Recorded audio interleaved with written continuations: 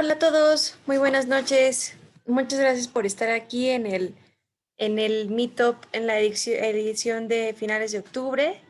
Les agradecemos a todos por su tiempo, por presentarse acá. Y bueno, pues el día de hoy tenemos dos ponentes que ya han estado con nosotros en versiones anteriores y que traen charlas muy interesantes. Primero tenemos a Ian.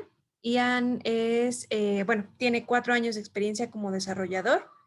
Primordialmente él ha trabajado con Elixir y con Phoenix y también estudió ingeniería de audio, entonces la verdad es que tiene mucha experiencia para compartirnos referente al tema que va a hablar el día de hoy y pues lo dejo para que les comparta su charla. Muchas gracias, Ian, y pues adelante. Perfecto. Hola.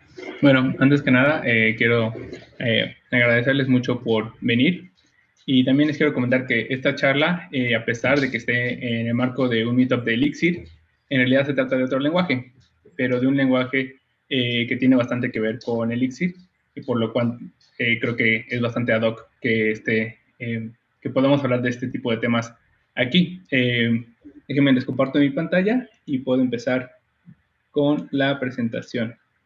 Por favor, si no ven mi pantalla, pues háganmelo saber en el chat. De lo contrario, pues comenzamos. También asumo que me están escuchando bien, dado que no ha habido comentarios en el chat de lo contrario. Bueno, pues esta charla es una introducción a Gleam. Y Gleam es un lenguaje con tipos estáticos en Beam, es decir, en la máquina virtual de Erlang. Y bueno, como ustedes sabrán, Elixir es un lenguaje de tipos dinámicos. Entonces aquí ha habido otros intentos antes de hacer un lenguaje con tipos estáticos en el BIM. Y la verdad que me parece un tema muy interesante, justo por lo que pueden darte como mejoras los tipos estáticos y porque pues dentro de todo es una manera distinta de programar, usar tipos dinámicos y tipos estáticos. Bueno, antes que nada me presento rápidamente. Mi nombre es Ian González. Trabajo por el momento en BlockFi y aquí también pueden ver mi liga de GitHub por si quieren seguir las cosas que hago y sobre todo también aquí están los ejemplos de este tipo de charlas. Al final voy a poner un pequeño ejemplo que también va a estar en ese repositorio. Y bueno, también un pequeño anuncio que tiene que ver con todo esto. Ahorita en BlockFi están contratando ingenieros especializados en Elixir, entonces también si están por ahí a la búsqueda de nuevas oportunidades, les recomiendo que se metan a BlockFi. Lo pueden encontrar fácilmente en su buscador de preferencia, BlockFi Jobs, con que pongan eso va a estar ahí. Y hay una vacante abierta que dice que es para Nueva York, pero en realidad es remoto el puesto. Bueno, después de eso, pues comenzamos. Primero les voy a hablar de lo que vamos a ver en la plática de hoy. Primero veremos qué es Gleam, las similitudes y las diferencias con Elixir. Después hablaremos un poco de la sintaxis y nos vamos a adentrar en una parte, como que una introducción y solamente un repaso rápido de las cosas que provee Gleam en su lenguaje. Y por último, una cosa que me parece súper padre, que es la integración con Elixir, porque no solamente puedes usar Gleam por su cuenta, sino que también lo puedes usar con Elixir. Y bueno, estas son las cosas. También, por favor, si hay algo de repente que les llame la atención o si tienen una pregunta respecto al tema que estoy presentando en este momento, por favor no se esperen hasta el final, también pónganlo en el chat. Y también creo que es bastante, lo más padre de este tipo de pláticas, pues es justamente fomentar la discusión, ¿no?, sobre los temas. Bueno, entonces empecemos con qué es Gleam. También, por favor, si voy un poco rápido por la limitación del tiempo, háganmelo saber para pues bajarle a la velocidad. Ok. Ok, como ya mencionaba anteriormente, Gleam es un lenguaje de tipos estáticos en la máquina virtual de Erlang. Esto quiere decir, bueno, tenemos el lenguaje, que es Gleam, y la forma en la que se integra justamente con Erlang es que este lenguaje es un lenguaje compilado, así como también lo es Elixir. Tiene un compilador hecho en Rust, del cual debo de admitir que yo no sé mucho de Rust, pero bueno, aquí Gleam está hecho el compilador con Rust, y después esto compila Erlang.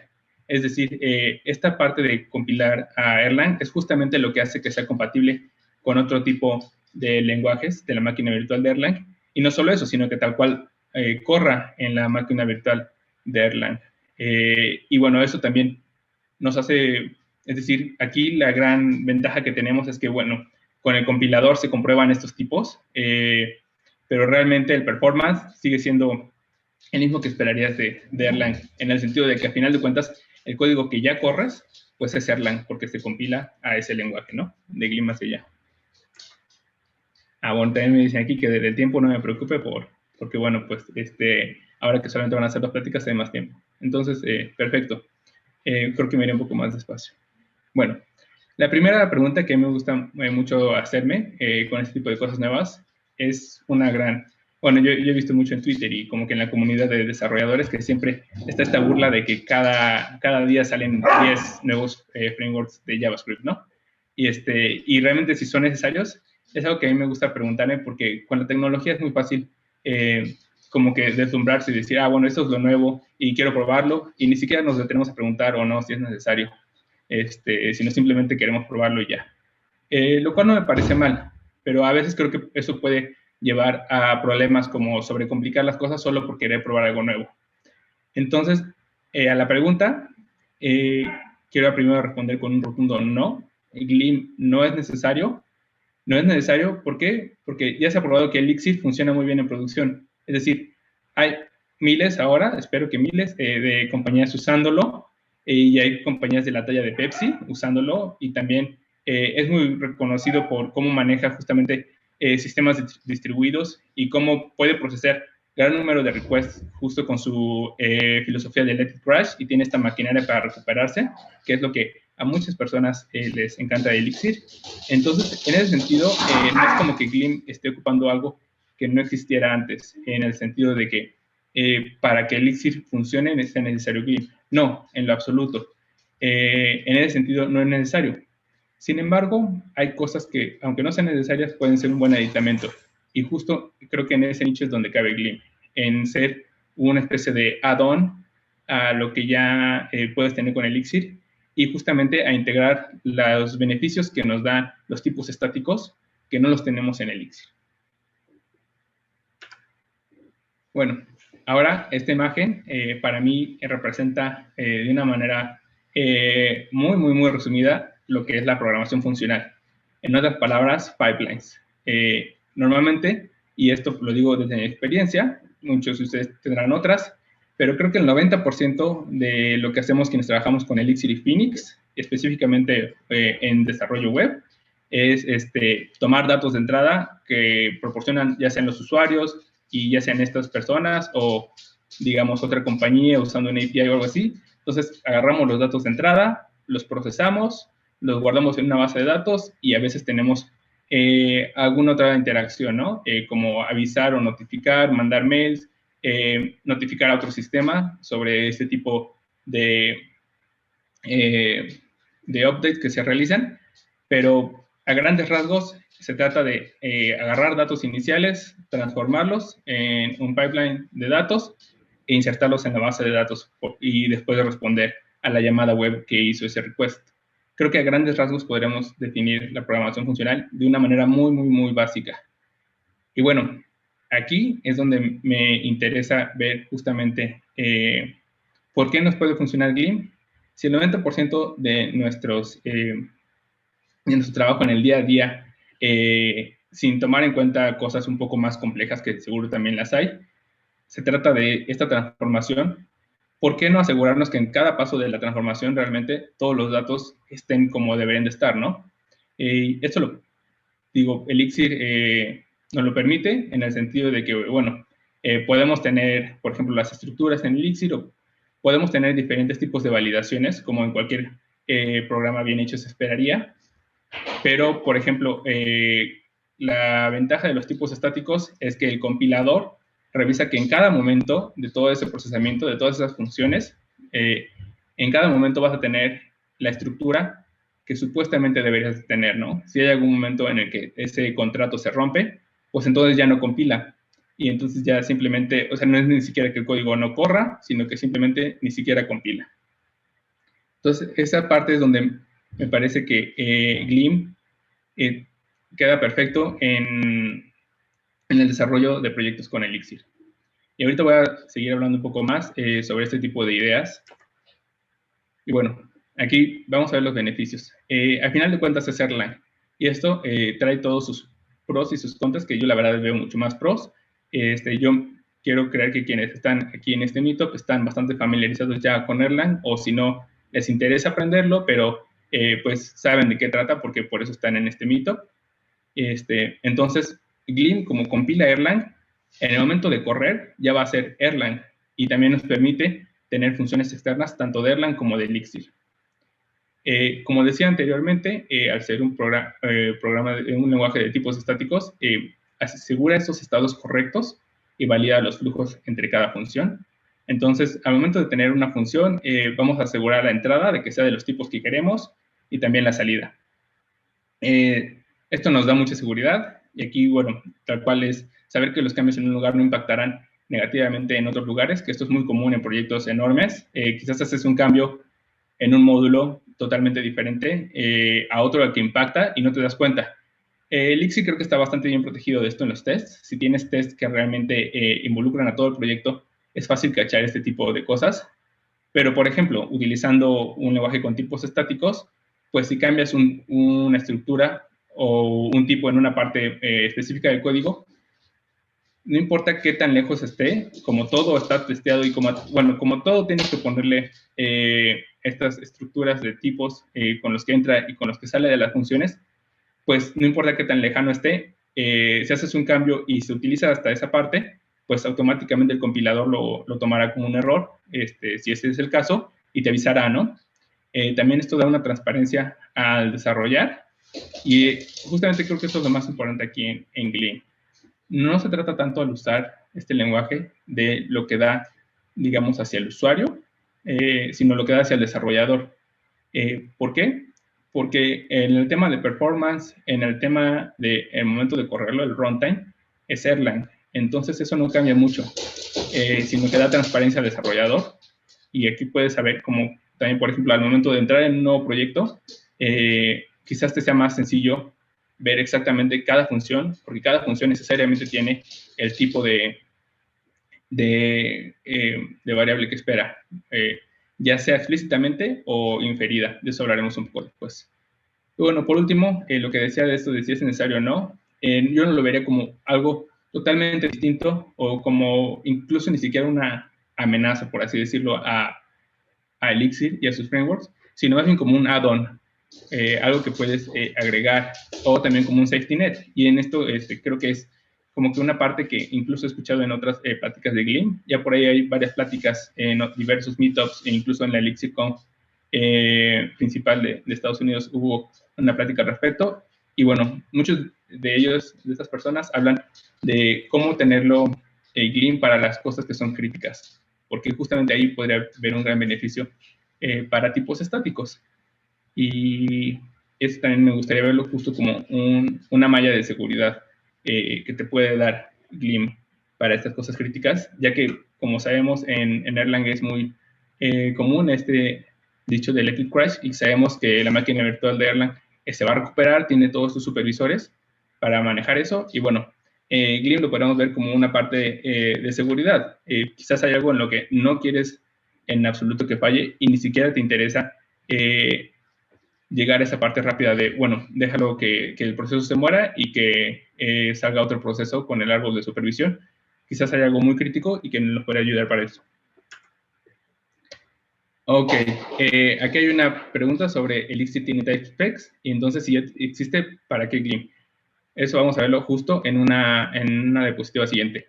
Por ahorita, para seguir con el flujo de la presentación, voy a hablar un poco de los contras. La verdad es que me parece que uno de los principales contras es que tienes que aprender un nuevo lenguaje. En ese sentido, pues, alguien que ya está muy familiarizado con Elixir, pues es mucho más fácil que se mueva en ese ámbito y no hay que aprender un nuevo lenguaje. Ahora también en los proyectos híbridos, en los que tengan Gleam y Elixir, necesariamente va a haber un cambio de contexto. Es como cuando estás haciendo, si es que eres full stack, estás haciendo al mismo tiempo frontend y backend, pues el cambio de JavaScript a Elixir, ¿no? A mí ya me han pasado varias veces que quiero poner un IO inspect en JavaScript. Entonces siempre hay ese cambio de contexto que en un proyecto híbrido que tuviera, por ejemplo, Gleam y Elixir, va a tener un poco de fricción cuando vayas cambiando entre uno y otro, que tampoco me parece algo terrible. Otro que veo, por ejemplo, no sé si aquí muchas personas usan TypeScript, pero yo veo que en TypeScript llega un momento en el que te puede fatigar. No quieres justamente estar con esta parte de que los tipos compilen y que todo esté de acuerdo a las reglas, y entonces para todo le pones any. O sea, no importa lo que sea, es como pues algo con lo que resuelves todo, una herramienta para múltiples usos, y entonces cualquier cosa que no funciona de TypeScript le pones un any. Y al final de cuentas, pues ya entonces, ¿para qué tienes TypeScript si todo va a estar lleno de any's, no? Para eso, pues mejor solo utilizas JavaScript. Y otra cosa que veo muy, que si realmente utilizas Gleam en un proyecto de producción puede ser un poco difícil, es la dificultad en separación de responsabilidades, ¿no? Saber exactamente qué le quieres mandar a Gleam y qué le quieres dejar a Elixir. Ok, ahora sí vamos con esta parte, ¿no? Vamos a ver qué cosas tienen similares, ¿no? Elixir tiene los structs y aquí ya puedes tener un cierto tipo de validación muy específica. ¿Por qué? Porque tienes estructuras de datos que funcionan genial para programación funcional, porque pues si vas a pasar este tipo de datos por todo un pipe y transformarlos en algo más, pues los structs, y especialmente si se utilizan con Ecto y con los chainset, dan mucha validación. Y en Gleam no tienes eso, tienes unos tipos custom, que ya vamos a ver más adelante. En Elixir tienes pattern matching y guards. Entonces, aquí, por ejemplo, puedes poner en la entrada de funciones justamente el struct que quieres, o puedes poner un guard para que asegurarte que los argumentos sean de un tipo. Y en Gleam no solamente lo tienes en la entrada, también lo tienes en la salida de las funciones. Y no es algo opcional, es algo que o lo pones explícitamente o es inferido por cómo utilizas la función. Pero necesariamente tienes que declarar el tipo. Y por último está Dialyzer, que aquí es donde podrá entrar esto de los typespecs. Sí están los typespecs, pero los typespecs y Dialyzer es algo que depende mucho del desarrollador y de si se quiere implementar o no. Y también son cosas que de repente puedes dejar los typespecs y como no se utilizan tal cual en el código, sino son más bien una herramienta de anotación, es muy fácil, a mi parecer, si no estás totalmente centrado en querer actualizarlos, que de repente se te pase y los dejes, digamos, no actualizados. Y lo mismo con Dialyzer. Dialyzer es una herramienta de análisis estático del código. No es lo mismo que en Gleam, que al momento de compilar todo tu proyecto, también compilas la parte de Gleam, y entonces si hay algo que no machea entre los tipos y cómo los estás usando, pues ni siquiera compila. Truena y te manda un error de justamente dónde está. Dialyzer, pues es una herramienta externa y que analiza el código estático. Entonces creo que existen las dos cosas. Si quieres, y por ejemplo, yo en mi día a día, ahorita en el trabajo, en mi uso de Elixir, tenemos muchas reglas justamente para los typespecs, para Dialyzer, lo utilizamos bastante, pero creo que a final de cuentas no es algo que está desde el lenguaje, es decir, no es algo que está en el kernel de Elixir o en el... Sí, sí es parte de Elixir, pero no es algo que está dentro de su funcionamiento, en el sentido de que pues, los typespecs dependen de uno como desarrollador, si los quiere implementar o no. Entonces, bueno, creo que ahí es una de las grandes partes de cómo y por qué lo puedes utilizar. Bueno, ahora vamos a ver un poco de Gleam básico, para que vean cómo se compara con otros lenguajes tipados, y justamente para que vean un poco de cómo se utiliza y las diferencias de sintaxis, y también las cosas que creo que puede tener de interesantes que no tiene Elixir, ¿no? Hay muchos cambios, aunque a final de cuentas compila Erlang, y también sea básicamente funcional, porque, eso sí, los tipos custom son tipos, pero no tienen métodos, es decir, nunca se va a Gleam hacia un lenguaje orientado a objetos en lo más mínimo. Pero bueno, prosigamos, y también, como les comentaba antes, cualquier pregunta, pues por favor háganmela saber. Ok, aquí vamos un poco con cómo se ve un pequeño archivo de Gleam y cómo están los tipos.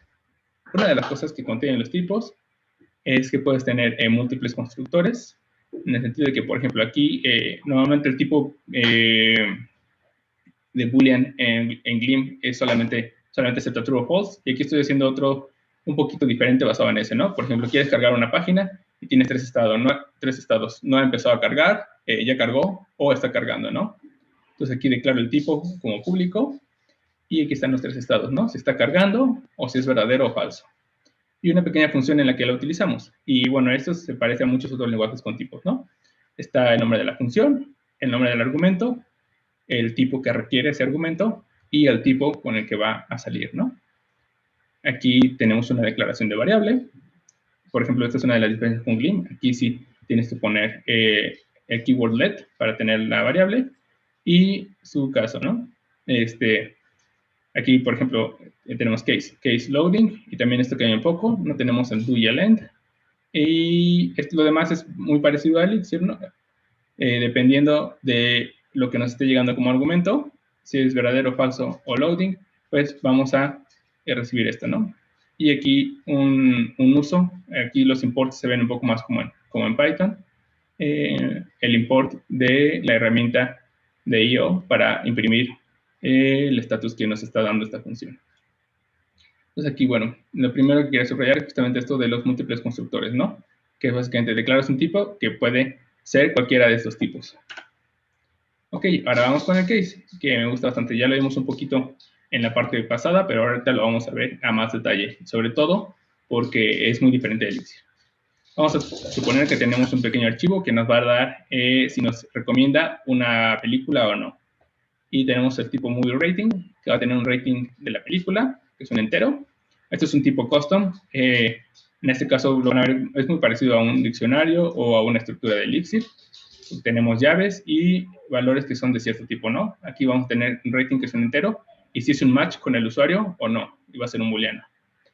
Aquí tenemos nuestra función de recomendar una película y recibir un movie rating, que va a recibir un movie rating y va a regresar un booleano.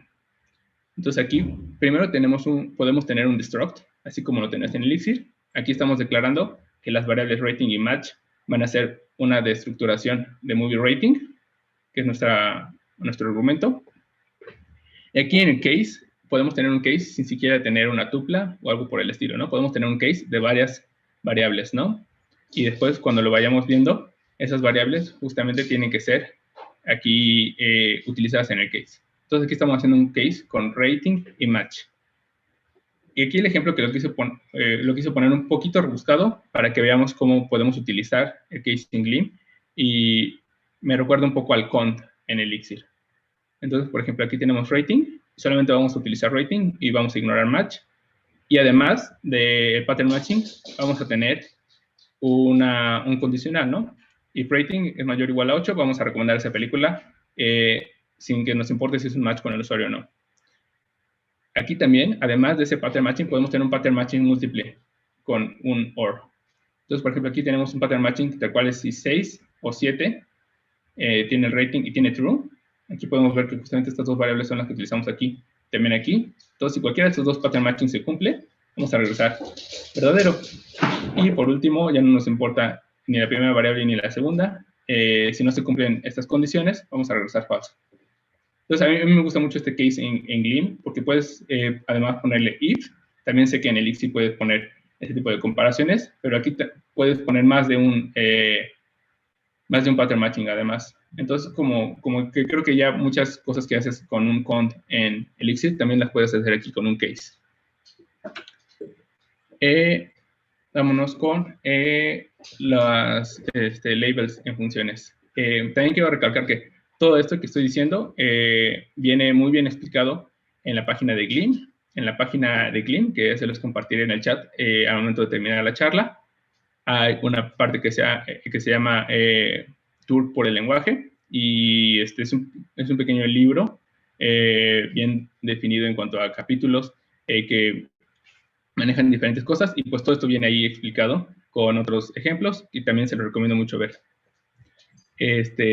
Ok, entonces aquí tenemos una función que se llama get with offset and limit. Supongamos que estamos consultando una base de datos y queremos ponerle un offset y un límite, ¿no? Pasa a veces que en las funciones no nos recordamos exactamente de cuál es el orden de los argumentos, y puede ser que tienes un pequeño problema, y que si lo cachas a tiempo, pues no pasa nada, pero si no, puede ser algo desastroso, ¿no? Si por alguna razón te equivocaste en el orden de los argumentos. Entonces, en Gleam, para cosas no tan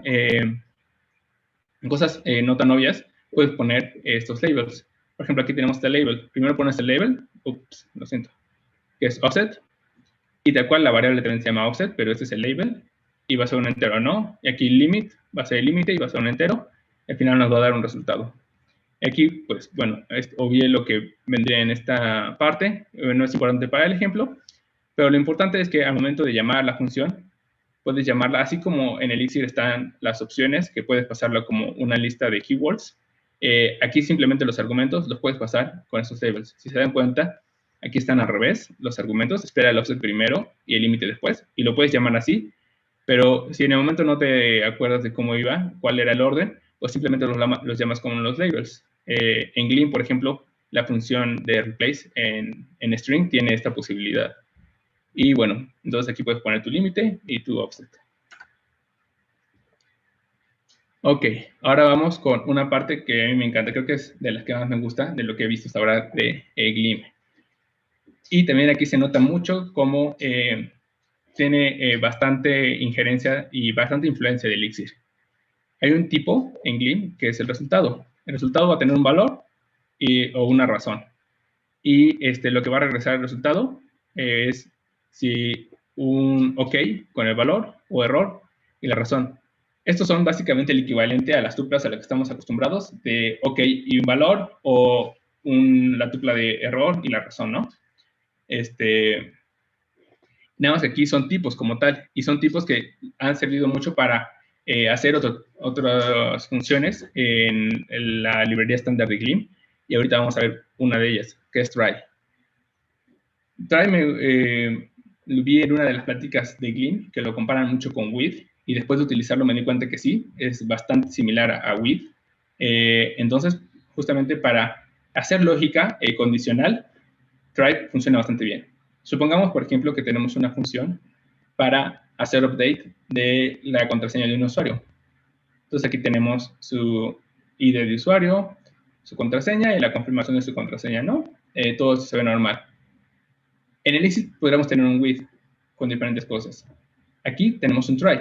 Tenemos try y vemos si las contraseñas son iguales, ¿no? Si la contraseña y la confirmación de contraseña son iguales. Lo que hace try es como si tuvieras un pipeline. Primero ejecuta esta función, después ejecuta esta otra y por último la siguiente. Pero la diferencia con try es que si alguna de las funciones, en lugar de regresar OK value, regresa un tipo error, lo va a cortar ahí. En el Elixir no existe esta parte de cortarlo antes. Digamos, no puedes poner un return, pero en el with sí puedes poner un case. En el with puedes poner esta parte de equivalencias, ¿no? La verdad es que siento que a final de cuentas casi siempre utilizamos una tupla de OK con algo más. Es muy común en Elixir. Entonces aquí tiene bastante sentido que eso ya lo obvie Gleam y simplemente diga, OK, si estás poniendo try, si vas a regresar un tipo de resultado y vas a tener OK y value o el error y la razón, bueno, simplemente Gleam hace eso por ti y si el tipo es OK value, va a pasar a la siguiente función. Entonces aquí supongamos que no son iguales contraseñas, en ese momento va a dejar de hacer lo demás de esta función y simplemente va a regresar el error y justamente la razón que va a venir desde esta función. En cambio, si sí lo es, bueno, aquí tenemos otro try y en los try incluso puedes poner variables, justamente como en Elixir, en un with podrás poner las variables para irlas cachando. Entonces, si las contraseñas son iguales, pasamos a la parte de obtener el usuario con el user ID. Ya lo obtenemos, pasamos a la parte de actualizar el usuario en la base de datos. Por ejemplo, aquí podemos tener pasar el usuario, la llave que vamos a cambiar y justamente el valor. Entonces aquí, en cualquier momento donde no se regrese un resultado esperado, pues ahí se va a cortar y va a regresar error reason. Es como tener un pipe, pero al mismo tiempo tener un with. Es una nueva manera de ver ese paradigma, ¿no? De tener varias funciones encadenadas y que se quiere justamente salirse antes del flujo si es que hay un error. Y por último, aquí en la parte básica de Gleam, como les comento, esto es bastante básico, solamente es una introducción al lenguaje y a los cambios en sintaxis y cosas que pues, se pueden imaginar en como nuevas maneras de hacer las cosas en este lenguaje.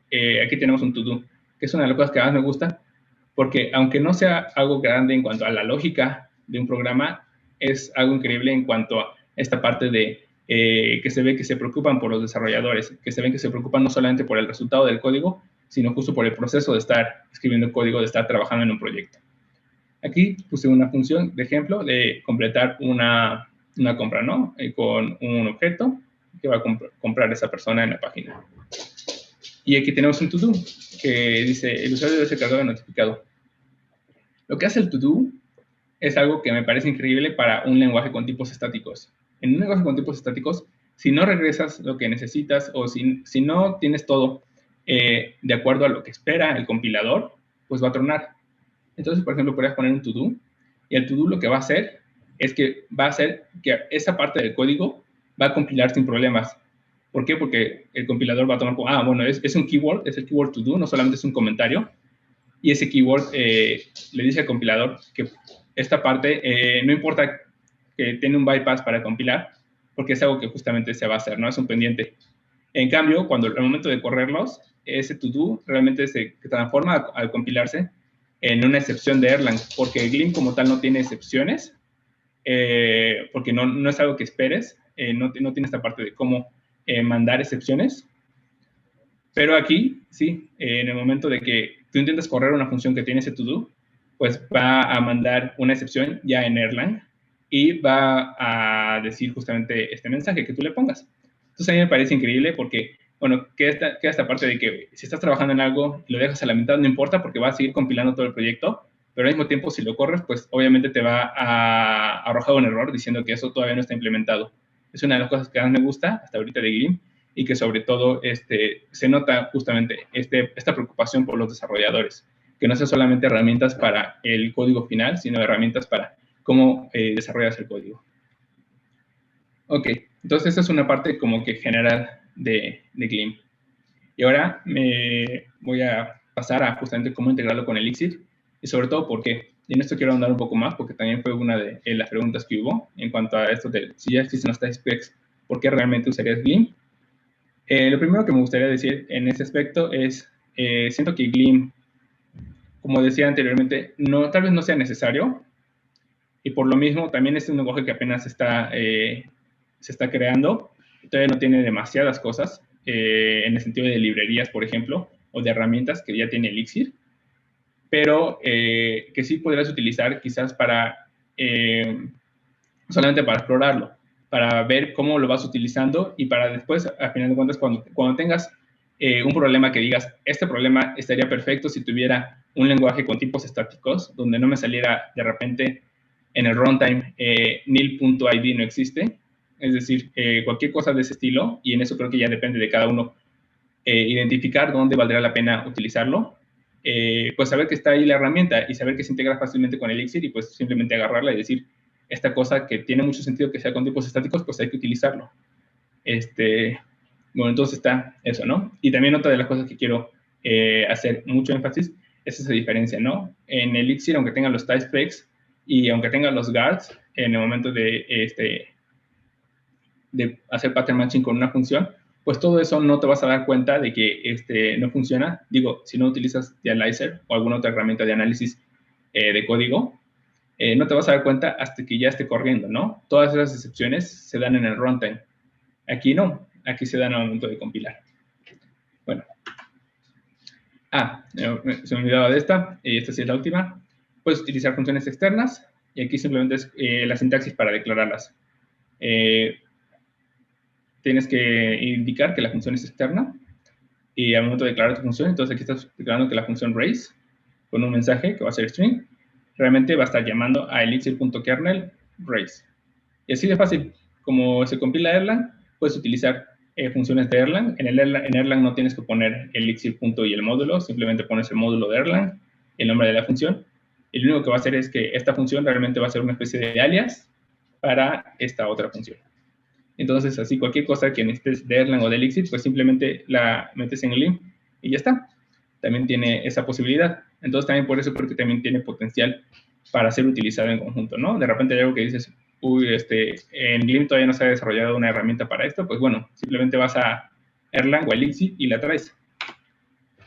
Ahora sí, me gusta mucho citar este libro que la verdad también la semana pasada vi la plática de cómo utilizar LiveView y Gleam que hubo en la ElixirConf de Estados Unidos.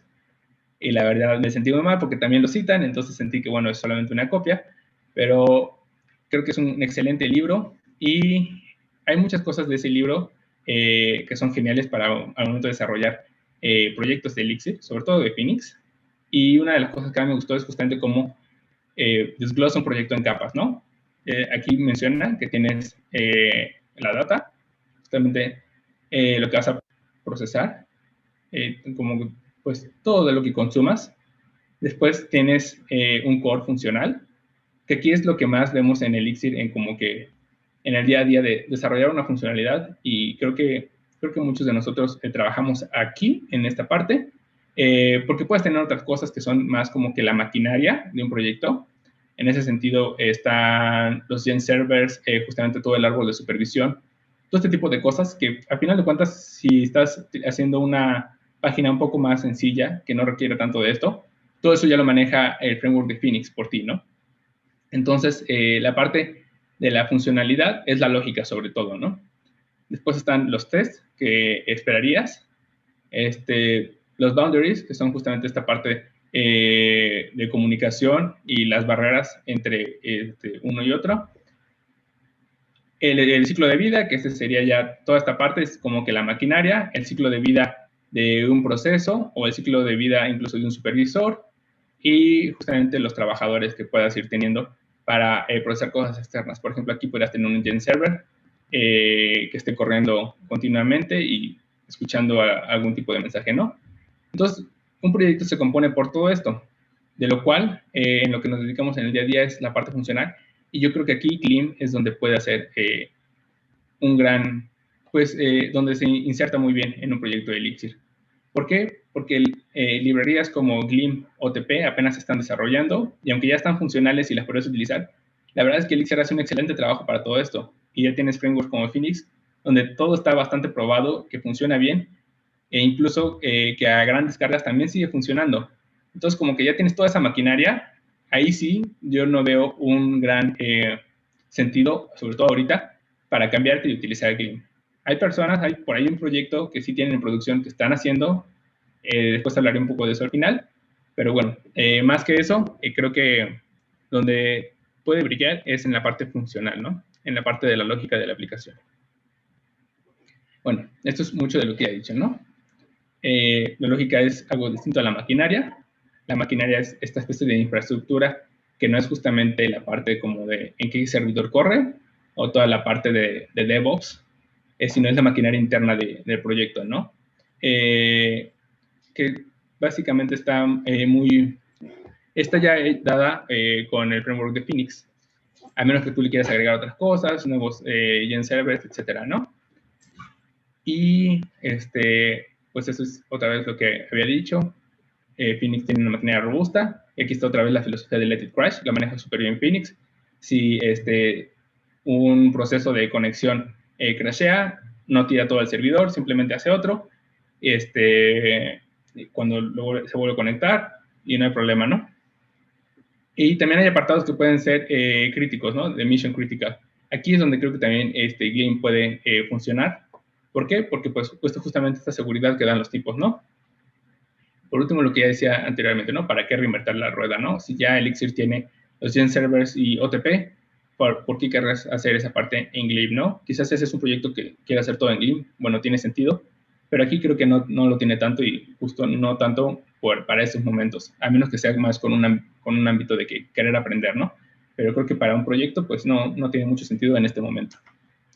Ok, vámonos con un pequeño demo de una aplicación de Gleam. Este pequeño demo es una aplicación de Gleam hecha en LiveView, que se integra súper bien. Anteriormente había dado una plática en LiveView aquí, y la verdad es que yo soy súper fan de LiveView. Entonces, bueno, vamos a hablar un poco de Gleam, de cómo lo estoy utilizando para este específico proyecto, que no es, digamos, algo que esperaría quizás que muchas personas utilicen justamente de esta manera en Gleam, pero les voy a comentar cómo lo estoy utilizando yo. Bueno, para eso, esta es la página, y este es el código. Este es un código muy pequeño, que digamos tenemos un banco y queremos calcular qué usuarios tienen un crédito aprobado o no. Entonces ahorita voy a poner aquí y nos va a dar varios usuarios. Obviamente estos son datos falsos, jamás usaría datos verdaderos. para algo así. Y aquí simplemente tenemos desaprobado o denegado. Y es algo muy sencillo. Aquí, digamos, mi motivo detrás de usar Gleam fue la privacidad. Lo que quiero hacer es tener dos capas muy separadas. Una capa, bueno, quiero anotar que esto se me ocurrió en una plática que hubo justamente en una conferencia, en la cual varios de los creadores de Gleam estaban hablando, por ejemplo, de cosas como privacidad y de lenguajes que se centran mucho en la privacidad, y es un tema que a mí me parece muy importante. Si estamos desarrollando aplicaciones web, hay que tener muy importante la privacidad. Y siento que hay muchas páginas que simplemente mandan un usuario de regreso y lo mandan con toda la información, y ya que el frontend se decida de qué cosas vale la pena y qué cosas no. Y bueno, ese tipo de cosas que exponen y pueden exponer información personal son realmente tremendas, sobre todo o sea, más allá de la maldad de las corporaciones o que puedan vender información personal de uno, el hecho de que ocurra por un error tan prevenible como algo así, de que se exponga directamente en la página web, bueno, me parece terrible, ¿no? Entonces vamos a ver un poco el código. Y justamente el motivo detrás de esto es, lo que quise hacer es separar las partes de Gleam y Elixir. En la parte de Gleam se va a manejar todo lo que tenga que ver con información financiera, y en la parte de Elixir solamente se va a exponer si es aprobado o denegado.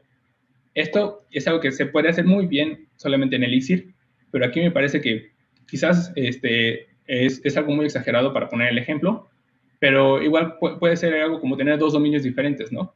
Y que en lugar de que los desarrolladores tengan que estar activamente buscando si no se filtra algo de información, simplemente pueden saber que toda la parte que tiene que ver con información financiera está en Gleam y que no tiene manera de filtrarse a Elixir, y que toda la parte pública está en Elixir. ¿Por qué no tendría manera de filtrarse? Porque incluso se puede poner que las funciones que están públicas y que pueden ser accedidas desde Elixir, que solamente regresen un tipo de usuario público. Y eso es lo que les quiero comentar aquí, ¿no? Aquí esta parte es en Gleam, esta es la parte de Elixir. Vamos a fijarnos ahorita en la parte de Gleam. Tengo justamente este tipo que es el usuario público, y que me estoy fijando que al momento de calcular si el crédito está aprobado o no, de popular el usuario con su crédito, va a regresar un usuario público. Entonces, en este sentido, aquí, si utilizamos esta función desde Elixir, no hay manera de que se filtre la información financiera, ¿no? Y luego aquí tenemos el tipo de información financiera, ¿no? Que esto sí lo utilizamos para saber si se aprueba o no el crédito con un usuario público, y luego con su información financiera pasada de una manera aparte. Y aquí tenemos un simple destructuring que ya habíamos visto para sacar el balance, el score de crédito y el promedio de su balance, y tenemos un simple case, ¿no? Que va a tener las condiciones. Si el balance es mayor a esto, va a regresar verdadero. Si el credit score es mayor a esto, va a regresar verdadero. O si el promedio es mayor a esto, va a regresar verdadero. Y cualquier otra combinación va a dar falso, ¿no? Es algo muy sencillo y que nos va a regresar el usuario actualizado. Y como decía, solamente va a exponer lo que nosotros queremos aquí con public user. Idealmente, en un caso como el que digo, Gleam tendría acceso a la base de datos para sacar la información financiera y saber que nunca se va a acceder desde Elixir. Es decir, en el Elixir incluso podríamos llegar al extremo de que ni siquiera tengamos un structure que defina la información financiera, porque todo eso lo vamos a manejar en Gleam.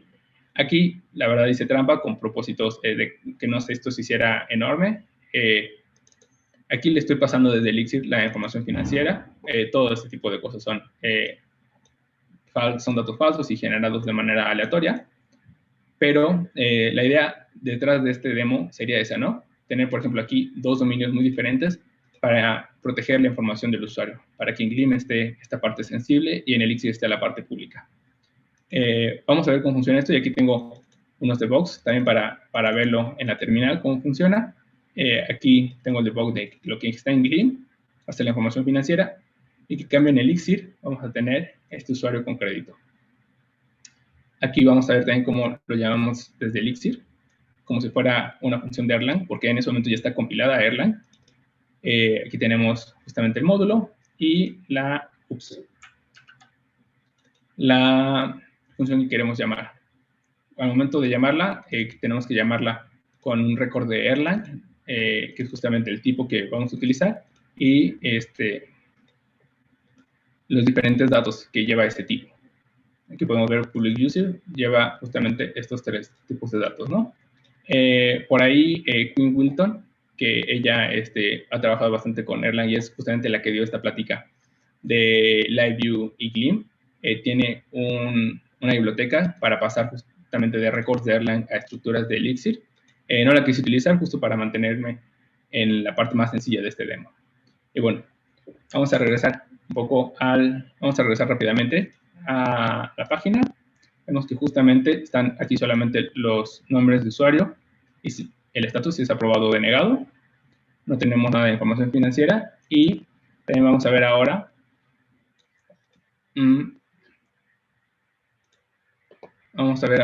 la terminal. Aquí vamos a ver la terminal. Aquí está lo que les decía, ¿no? Justamente en la parte de Gleam tenemos la información financiera. Aquí están todos los valores. Y en cambio en la parte de Elixir tenemos este pequeño mapa de si el crédito fue aprobado o no, el nombre y el apellido. Entonces esto sería la parte pública y así nos aseguraríamos de que jamás se filtre a la página información sensible. Bueno, ese es el demo. También cualquier pregunta o cualquier comentario que tengan, por favor háganmelo saber. Y ahora vamos a la parte final de la plática, ¿no? Que vamos a hablar un poco más de dónde está Gleam ahorita. Y ya con eso terminamos porque ya ahora sí se extendió bastante. Ups. Ok, aquí el otro botón. Ok, otros proyectos. Aquí este proyecto que vimos en LiveView con Gleam está hecho con Mix Gleam. Es una librería para poder utilizar Gleam dentro de un proyecto de Elixir.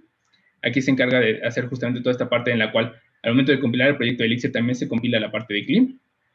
Entonces, si quieren añadirlo a uno de sus proyectos, seguro lo van a tener que usar.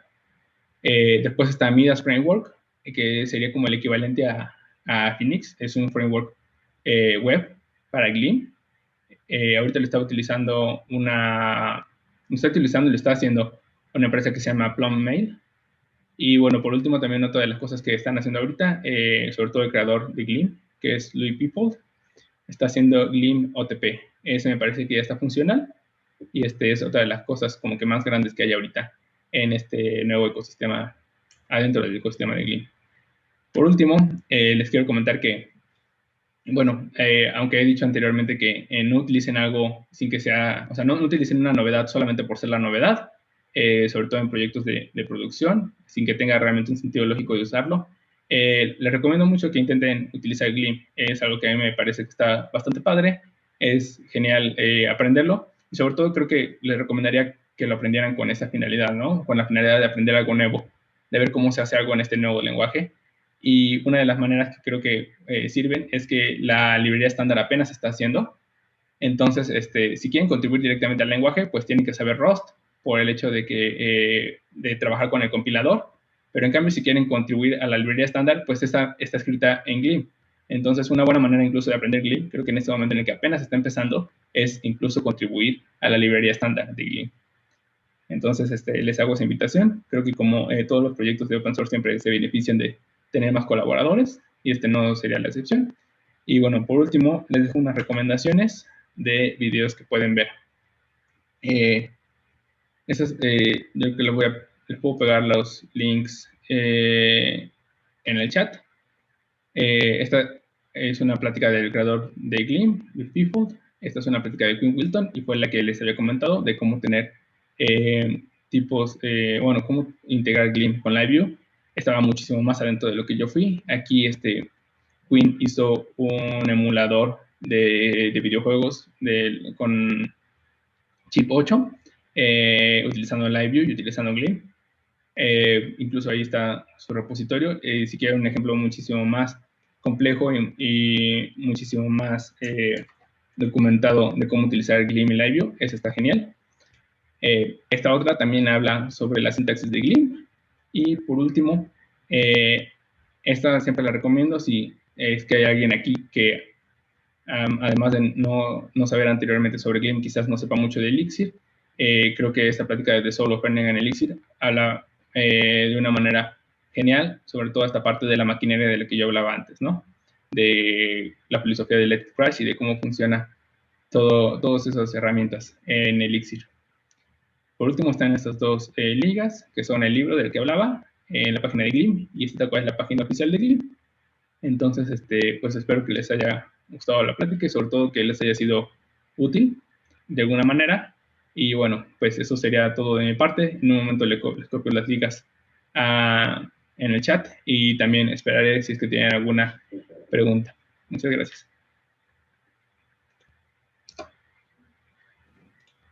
No, pues muchas gracias a ti, Ian, por la verdad es que estuvo muy, muy completa. Y sí, pues si tienen alguna duda, ahí en el chat la pueden poner para que ella nos ayude a responderla. Ah, ya tuvimos la primera, dice comparaciones contra alpaca.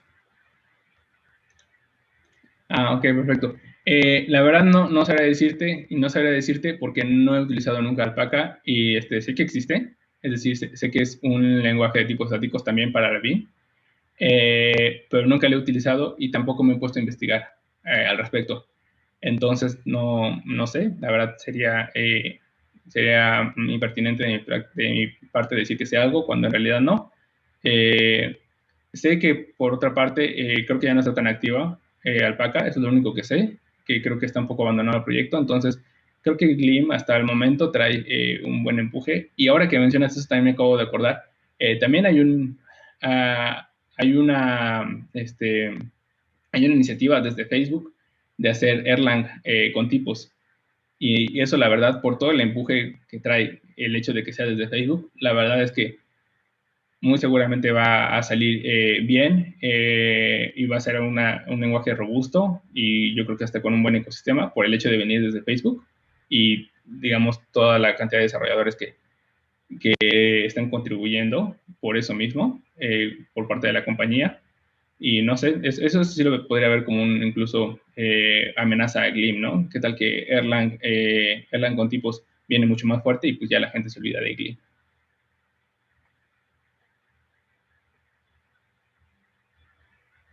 Perfecto, pues creo que fue la única duda que tuvimos.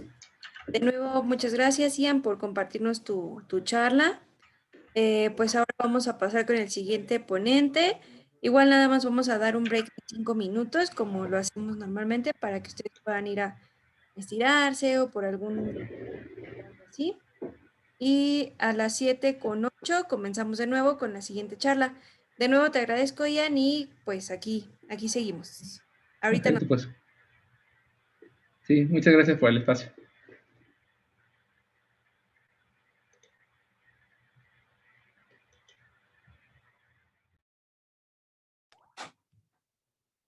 Listo, pues muchas gracias a los que siguen por acá. Ahora vamos con el siguiente ponente, que es Iván Jaimes. Iván también ya ha participado con nosotros anteriormente. Él es desarrollador desde el 2003. Él trabaja con distintos lenguajes como Ruby, Golang, Elixir y varios más. Ahorita, bueno, ha tenido varios roles como desarrollador, Scrum Master, líder técnico, arquitecto de software, entre otros también. Y pues el día de hoy viene a compartirnos un poco más de su experiencia con este lenguaje. Entonces, pues le doy la bienvenida a Iván Jaimes y pues te dejo el espacio. Adelante, Iván. Hola, muchas gracias, Dani. ¿Cómo estás? Pues bueno, voy a compartir mi pantalla.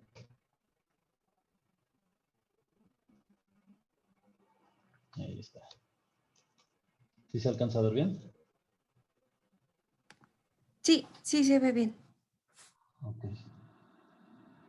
Pues bueno, como tal, la ponencia ahorita que les quiero compartir es sobre la herramienta que tenemos para poder hacer empaquetados de Elixir. Existen varias más, existen otras como Distillery, no sé, por ahí habían otras también de Erlang que se han estado utilizando. Y de hecho podríamos ni siquiera usar algún empaquetado, ¿no? Se podría utilizar directamente Mix para poder hacer la ejecución de nuestro servidor. El tema con esto es que pues, perdemos algunas ventajas, ¿no? Entonces hoy les voy a platicar en particular de esta herramienta que ya viene a partir de la versión 1.9 compartiéndose con el lenguaje de Elixir. Y bueno, anteriormente habíamos platicado un poquito sobre disponibilidad, ¿no? Cómo medir la disponibilidad, qué eran los despliegues y qué beneficios teníamos. Algunas de estas cosas me gusta retomarlas porque al final, pues es como la continuidad de todo lo que estamos viendo en cada meetup. En particular aquí con Elixir tenemos mucho de las ventajas de Erlang, ¿no? O sea, estamos corriendo directamente sobre la máquina virtual de Erlang y eso es lo que hay que aprovechar. O sea, toda la madurez que tiene el lenguaje y las herramientas que ya tiene. Para esto, Mixed Release, ¿para qué nos sirve? Pues primero que nada nos permite precompilar y empaquetar el código. Esto facilita todo el proceso del despliegue si nosotros utilizamos bien las herramientas. ¿Qué beneficios tenemos? Por ejemplo, están los paquetes autocontenidos o self-contained package. Estos son los paquetes que se generan, o es un empaquetado más bien que se realiza de nuestros proyectos. Si bien puede ser una sola aplicación, como, no sé, unos servicios REST o tan solo una aplicación que queremos levantar para exponer como servicios, nosotros podríamos utilizar un solo empaquetado, pero también tenemos otro tipo de aplicaciones como son los Umbrella Projects, donde podemos tener diferentes aplicaciones y que cada una de estas aplicaciones puedan interactuar entre ellas o puedan exponer varios servicios de diferentes formas. Entonces, al realizar el empaquetado con el release, nosotros podríamos crear un empaquetado por cada aplicación y de esta manera, si no se hacen cambios en alguna de esas aplicaciones, se mantienen las versiones actuales. Esto va a impactar directamente en algún momento cuando se haga un despliegue y quieras hacer un cambio en caliente de esa aplicación. Podrías estar exponiendo tu versión de tu servicio que sí haya cambiado, pero nada más cambiaste un aplicativo del Umbrella Project y ese es el único que se despliega, mientras que los otros no se vuelven a cargar en memoria, simplemente se mantienen los que ya estaban porque siguen con la misma versión. En general esto es un proceso bastante útil porque con eso retomamos la parte del que aquí tenemos, que es de Erlang, que dice, de acuerdo a lo que mencionaba en algún momento Joe Armstrong, que era, si Java es escrito una vez y puede ejecutarse en cualquier parte, Erlang es escrito una vez y puede ejecutarse por siempre, ¿no? Déjenme ver, por aquí creo que hay algún, estoy escuchando algo, no sé si sea del chat. Ok, no, creo que son notificaciones aparte.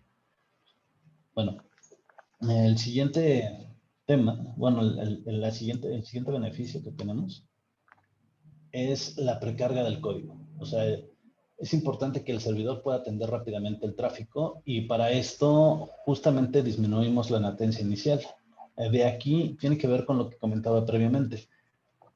Si tu módulo no se va a cargar en la primera vez, o si tu módulo ya está cargado en memoria, pues este no tiene que volverse a cargar. A diferencia de cuando nosotros hacemos un empaquetado completo que mandamos toda la información, ahí es algo importante porque empiezas a tener más tiempo de espera a la hora de que se inicia tu servicio porque estás cargando en memoria todos los módulos. Aquí la ventaja es que nosotros podemos definir qué cargamos y qué no cargamos, ¿no? Ahora bien, también tenemos múltiples empaquetados. Esto es lo que les mencionaba con el tema de las aplicaciones Umbrella. Una cosa que también es muy útil es que cada aplicación que tienes en tu Umbrella Project puede tener configuraciones diferentes. Por ejemplo, si tú tienes una aplicación que trabaja con el storage en Google Cloud, o sea, almacenas ahí archivos, y tienes un medio por el cual cargas esa configuración para poder hacer pruebas, Esta configuración la puedes actualizar sin problema en tu local, puedes estar jugando con ella, puedes crear nuevas versiones, cambiar cómo cargas esta configuración, y cuando haces el despliegue a producción, únicamente afectaste ese proyecto. He visto varios proyectos que al no sacarle provecho a este tipo de beneficios de Elixir, aún en Elixir, están casados con configuraciones, por ejemplo, en Kubernetes, que todo lo quieren cargar en variables de entorno y se hace un dolor de cabeza. O puedes estar tratando de cargar en un mismo archivo toda la información y te puede costar mantenerlo. Y también lo podrías estar sacando a la hora de trabajar con tu integración continua. Entonces, todo esto es bastante complicado y tedioso de mantener. Así que si nosotros aprovechamos el tener un empaquetado independiente por cada aplicación, nos facilita el poderle dar mantenimiento y el poder evolucionar nuestras aplicaciones para que trabajen entre sí, aunque tengan dependencias internas, nosotros podemos gestionar muy bien eso. Ahora bien, creo que de aquí me salté uno. Sí, son estos de aquí.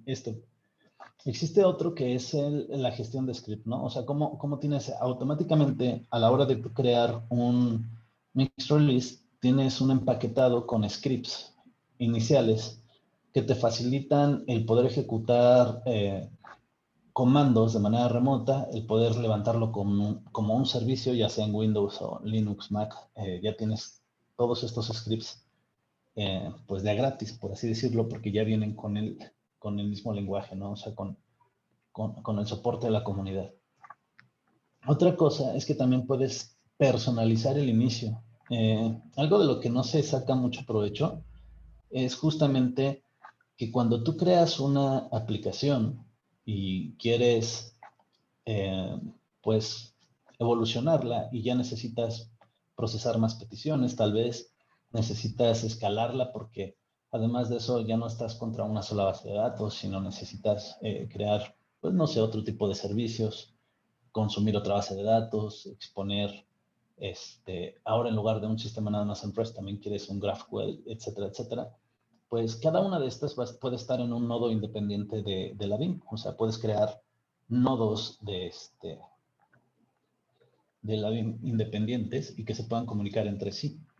Para esto, a veces necesitamos personalizar la BIM, que es la máquina virtual de Erlang, y ponerle algunas banderas, como por ejemplo, tú le pones el nombre a la BIM, le pones el nombre de la cookie, le pones qué cluster va a estar ejecutando, algunas características como de memoria, cuánto es lo que va a utilizar, si está en la misma máquina las otras instancias o no. Y todo esto se puede configurar en la BIM para que al momento de que tú estás creando el release, lo puedas pues personalizar y que no te cueste trabajo a la hora de hacer el deploy. Bueno, esta parte ya lo habíamos visto y los multiple release. Ahora, configurando la aplicación. Una vez que tú creas tu release, aquí me voy a pasar un poquito al código, a ver si está bien este tamaño de letra.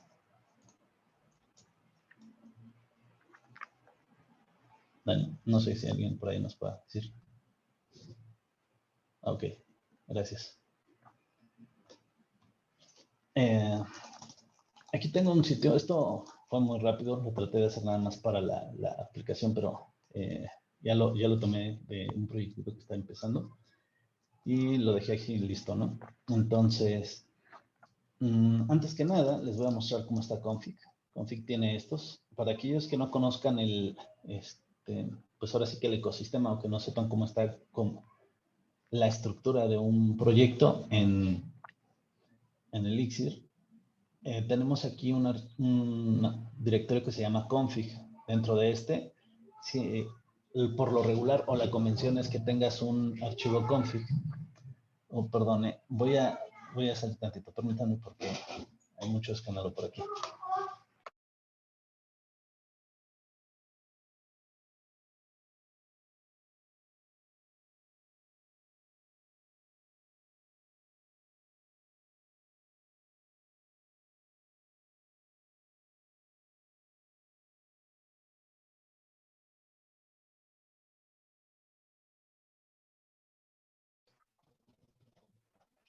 Ya regresé.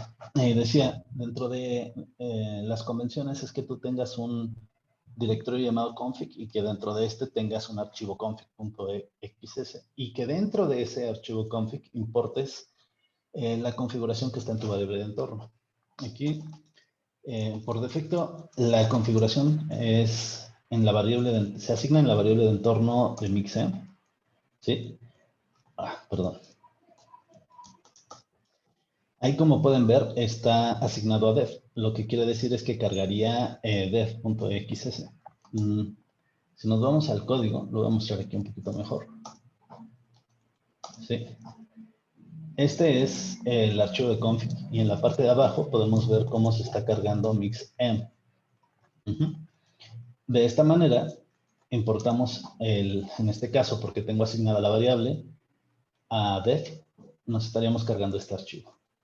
Entonces, con esto, justamente, si seguimos las convenciones de Phoenix y de Elixir, es más fácil darle mantenimiento.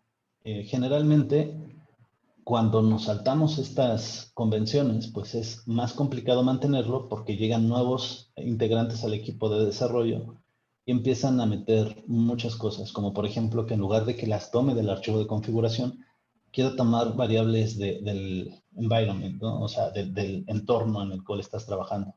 Lo que me lleva a tener que asignar yo variables de entorno en mi local, variables de entorno en cada pues en cada entorno que tenemos, o sea, de stage, por ejemplo, de desarrollo, de producción, etcétera, etcétera. Y eso nos dificulta el mantenimiento. Algunos proyectos lo justifican por temas de seguridad, pero otros, la verdad es que no deberían de ser así. También tenemos un entorno que es el de pruebas, y aquí podemos configurarlo fácilmente.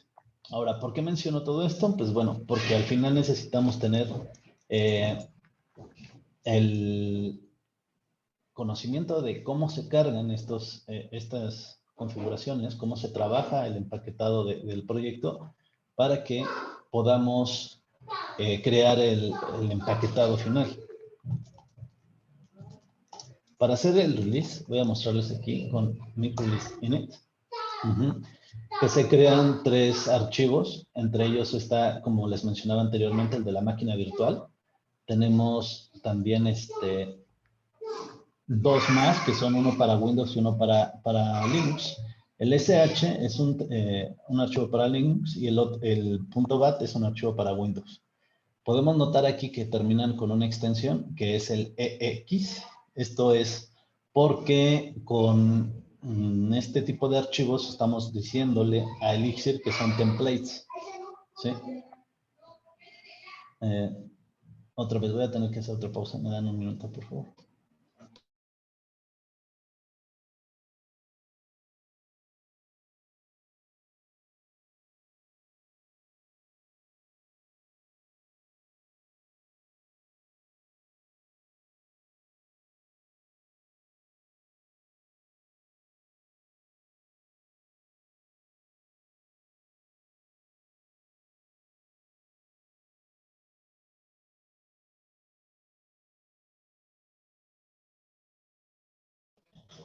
Disculpen, espero no haberlos perdido.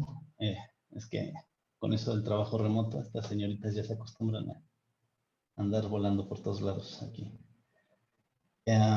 Bueno, regresamos al tema de que estas son templates. Esto quiere decir que a partir de estos archivos se genera un código que ya viene siendo el archivo, en este caso, en .sh, por ejemplo, sin la extensión EXS. Entonces, ¿para qué nos sirve este archivo? Pues porque aquí adentro vamos a poner toda la configuración y cuando se genere el release nos va a mandar esta información al archivo final que va a ser el script con el cual vamos a trabajar en algún momento. ¿Ok? Ahora bien, regreso aquí. ¿Por qué es importante lo que les comentaba anteriormente? Porque tenemos 2 mecanismos para la configuración. Uno es tiempo de compilación y el otro es el tiempo de ejecución. El tiempo de compilación es el momento en el cual nosotros estamos compilando nuestra aplicación. Creo que eso se queda claro. Y el tiempo de ejecución es cuando ya empezamos a ejecutar nuestra aplicación Por ejemplo, si ya generamos nuestro ejecutable, en este caso nuestro release, nuestro empaquetado, ya podemos ejecutarlo en cualquier otro lado. Pero veamos, hay un par de cositas que tenemos que considerar. En tiempo de compilación, siempre se invoca el comando mix, lo cual quiere decir que esto va a cargar el archivo de configuración que previamente habíamos platicado en función de cada entorno. Pero existe un problema en tiempo de compilación. Por ejemplo, en la parte de abajo podemos ver que config está tratando de cargar una llave que se llama secret key y pertenece a la aplicación MyApp, ¿sí? Si nosotros tratamos de obtenerlo con fetch-env, afortunadamente con el simbolito de admiración lo que nos está diciendo es que va a fallar en caso de que no esté asignado. ¿Por qué es bueno esto? Pues porque cuando lo pasemos a un entorno, ya sea productivo o de desarrollo, en otra máquina, nos va a decir que nos falta esa variable de entorno. Pero resulta que cuando tú trabajas con mix release, en tiempo de compilación no te va a fallar y no te va a decir nada. Sencillamente va a tomar el valor que está en tiempo de compilación. Si yo le asigno la variable ahorita, eso es lo que va a tomar. Entonces, cuando lo genere el release, lo mande al servidor, ya va a llevar cargada esa variable de configuración. Por lo que a veces podría ser otra cosa diferente a lo que deseamos, ya que en algunos momentos nosotros quisiéramos tal vez pues tomarla en tiempo de compilación, pero también necesitamos cambiarla cuando lo estemos desplegando y que tome otro valor. De ahí que nos interesa el tiempo de ejecución. Para esto existe un archivo que se llama config-runtime, ¿sí? En este archivo, que por lo que vi aquí nosotros no lo cargamos, bueno, en este caso no lo generó automáticamente la aplicación, lo tendría que crear yo manualmente. Puedo ponerle también las variables y ahí podría tomarlo de la variable de entorno. Entonces, ese valor ya lo va a cargar el servidor destino, donde yo estoy poniendo mi release. Ya no va a llevar la información que está en mi local, que es algo importante a la hora de estar trabajando con el tipo de empaquetados. El archivo tiene unas reglas. Primero que nada, debe de utilizar import config. Esto es porque anteriormente en Elixir podríamos utilizar dentro del archivo de configuración un usemix.config. Es una forma en la cual estaba contemplándose previo a la versión 1.9. También no debe importar ningún otro archivo de configuración. Tenemos la opción de poner import config para poder trabajar con otro archivo de configuración, pero si hacemos esto, tal vez no nos genere ningún error a la hora de estar compilando, pero sí nos va a generar un error a la hora de que tratemos de ejecutarlo. Entonces, hay que procurar seguir estas reglas para evitar problemas. Y por último, Mix, como bien lo habíamos comentado, es una herramienta que nos sirve mucho a la hora del desarrollo, pero no va a estar disponible en el servidor. Ya que creamos el release, si nosotros vamos a utilizar ese release en algún servidor, el problema es que no va a estar Mix, por lo tanto, nuevamente no nos va a dar el error en el local, pero sí nos va a dar en otro momento cuando lo estemos tratando de ejecutar. Ahora, ¿cómo está organizado un paquete? Pues lo vemos aquí. En bin podemos ver el release main. También tenemos ahí otros directorios que nos pueden ser útiles, como se dan cuenta los que están en azul, están marcados como resaltados porque van a tener ahí más información, van a tener más código. El release, por ejemplo, con la versión, ya viene internamente con los scripts. Como pueden ver, tiene Elixir, tiene elixir.bat para ejecutar en Windows, los env, tanto Windows como Linux, y tiene la consola o el intérprete de comandos que es EX, ¿sí? Tanto para Linux como para Windows. En función de nosotros, de cómo nosotros compilemos el binario, es que se va a generar estos scripts. Si nosotros compilamos en una máquina Mac, pues esperaría el release que se ejecute en una máquina Mac. De aquí también sería muy útil el contemplar que pudiéramos compilarlo con un Docker y nos facilitaría el poder hacer ese cruce entre sistemas operativos. Bueno, y por último, pueden ver ahí sí, es un directorio que es cookie, o es un archivo, la verdad es que ahorita no me acuerdo, creo que es un archivo más bien, que tiene la cookie del release que vamos a hacer. O sea, una vez que se levante la aplicación, cada aplicación tiene una cookie para poder decir que es una máquina conectada a Internet, que para poder recibir peticiones solamente tiene acceso la máquina o la petición que lleve la cookie con la que se está realizando la conexión, con la que se quiere realizar la conexión. ¿Sí? Me voy a pasar nuevamente aquí a la terminal. Y voy a darle, ya lo hicimos, el release init es el que nos generó. Y también puedo utilizar el release aquí directamente. Y este va a tomar la información que nosotros hayamos puesto y nos va a generar el empaquetado. Como podrán ver, ya nos está dando las instrucciones para poder ejecutarlo. Dentro de estas instrucciones está el que lo podamos inicializar, el que podamos conectarnos de manera remota o que lo podamos detener a grandes rasgos. Existen todavía más información para poder hacer, o sea, podemos trabajar con otros comandos. Si yo ejecuto ya dentro del release, que está dentro de build, si yo lo quiero ejecutar, puedo ver aquí que existen diferentes comandos que puedo utilizar.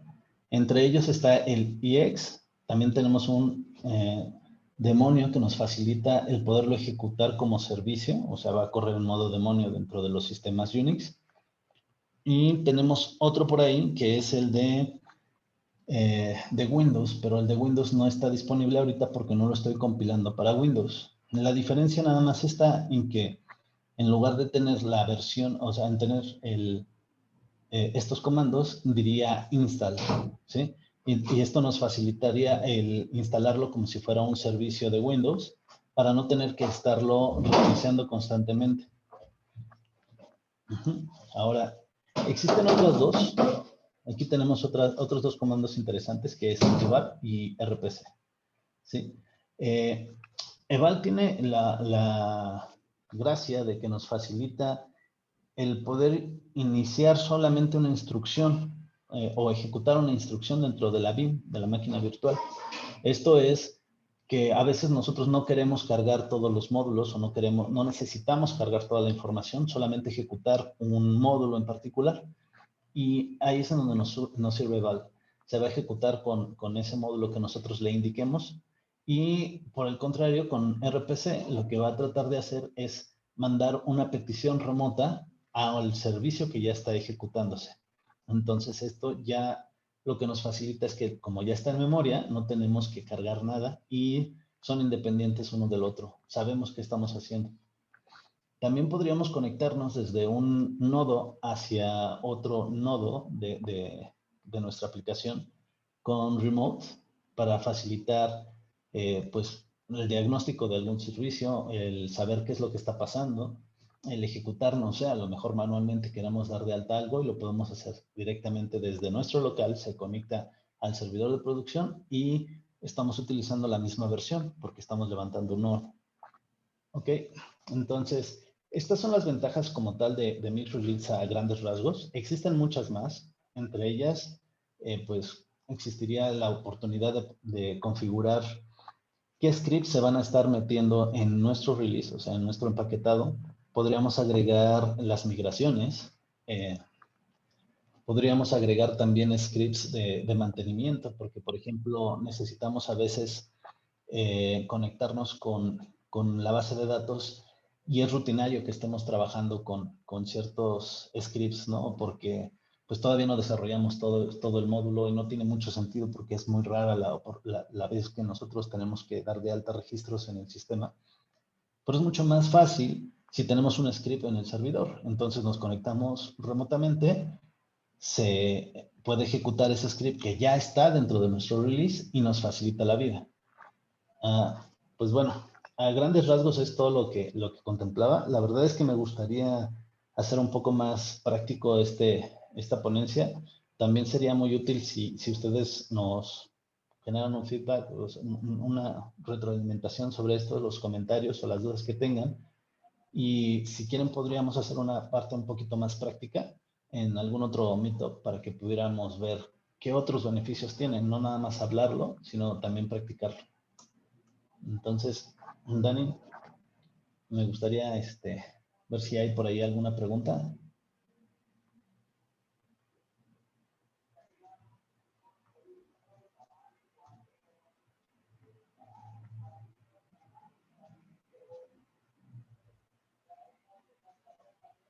Bueno. O ya me perdí yo.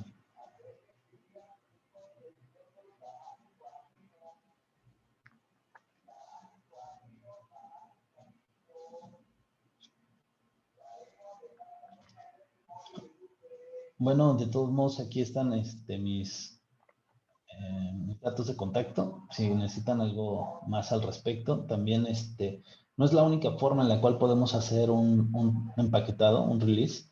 Existen otras herramientas, pero creo que vale la pena utilizarlo en tu desarrollo, ¿no? Dice, por aquí tenemos una pregunta.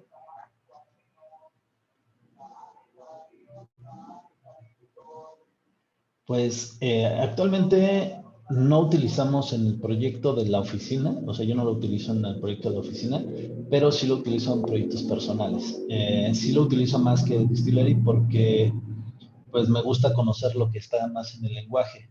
El tema de tener una biblioteca aparte como Distillery es que si por algún momento, no sé, los que le dan mantenimiento dejan de trabajar con eso porque ya lo está trabajando el release nativo, que ha pasado en muchos proyectos, empiezan a perder esa compatibilidad y hay que darle mantenimiento y tienes que cambiarlo, ¿no? O sea, te casas en parte con eso. También me ha pasado que no lo utilizan para nada, o sea, no utilizan nada y pueden seguir en producción, pueden hacer muchas cosas, le meten hasta Kubernetes, Docker y todo eso y funciona muy bien. La desventaja que yo he visto en esos casos es que se complica el mantenimiento. O sea, ya no nada más es una persona que tiene que llegar y conocer el lenguaje, sino que aparte de eso tiene que conocer la biblioteca que le da soporte a ese release, ¿no? Y entonces se complica nuestro desarrollo y le vamos generando un poquito de carga al equipo, que no queremos, porque al final lo que queremos es liberar funcionalidades nuevas, ¿no?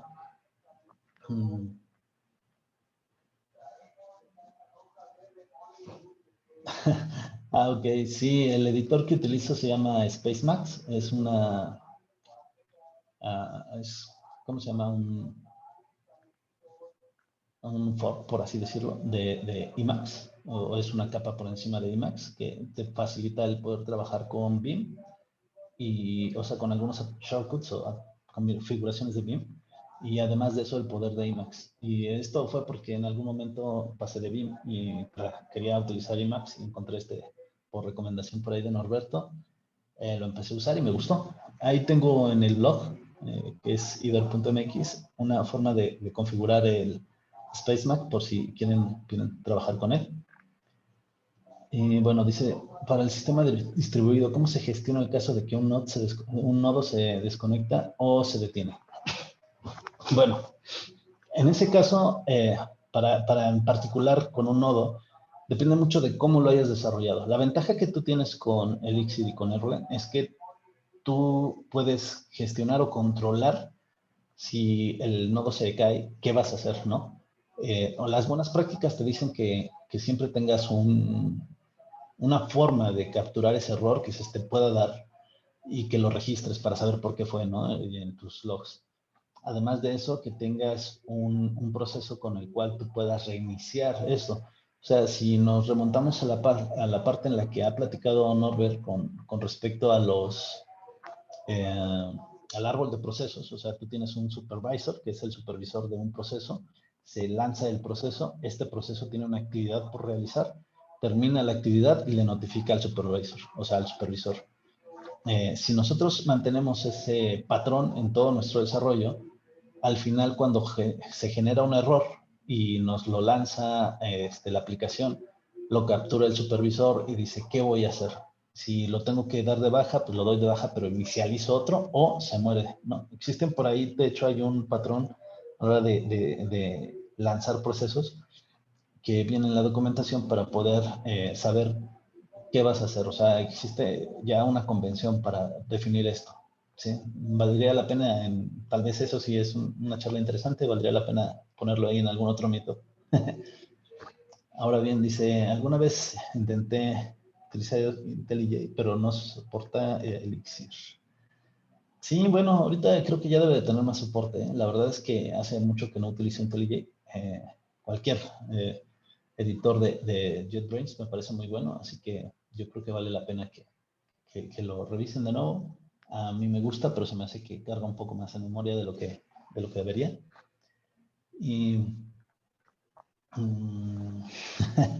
sí, hay una guerra por ahí de editores, pero no tanto. La verdad es que yo no me gusta verlo como religión, porque la gente es así muy apegado a eso, de decir, quiero hacerlo, ¿no? Y a veces hasta el hecho de que otras personas lo hagan hacen pensar que uno quiere convencerlos de que usan las cosas. La verdad es que no. Yo creo que vale la pena compartir el conocimiento, que vean que hay más alternativas por hacer, ¿no? Por explorar, y que esto nos facilite a la hora de trabajar en equipo, porque lo más importante es el trabajo en equipo. Si te comparto la información y todo es para que, si te sirve, lo uses, y si no, lo deseches. Pero mucha gente lo ve como, como que alguien se está tratando de convencer a la gente o demostrar que sabe más por mostrarles algo diferente. Entonces yo creo que eso no está bien, no es bueno verlo de esa manera, pero sí me gusta el término que usas de Pacific, porque quiere decir que lo tomamos así con mucho respeto hacia los demás, y a su vez pues podría ser un juego interesante, ¿no? Es decir, qué editor funciona mejor. También por ahí hay otro que es NeoBeam. NeoBeam también tiene algunas cosas, o NBeam me parece que es, NBeam, que ya viene con algunas cosas interesantes. Y bueno, hay muchos proyectos, la verdad, se podría utilizar diferentes setups de Beam. Por ejemplo, por ahí hay uno que se llama un chico que es un tipo de desarrollador de Go, que ahorita ya está en el core, que desarrolló el framework de Hugo. Este desarrollador, que es Festive Francis, si mal no recuerdo, tiene un setup para Beam que está muy padre. A mí en particular me gusta mucho. Lo malo es que ya lo vi después de que me había chutado muchas semanas estudiando Beam, así que no lo he utilizado al 100%, solo sé que es bueno porque lo probé y todo lo que yo quería ya lo traía hecho. Y después me pasé al tema con SpaceMax para poder conocer Emacs y me gustó bastante, así que de ahí no he salido, así que se los recomiendo, pueden trabajar con eso.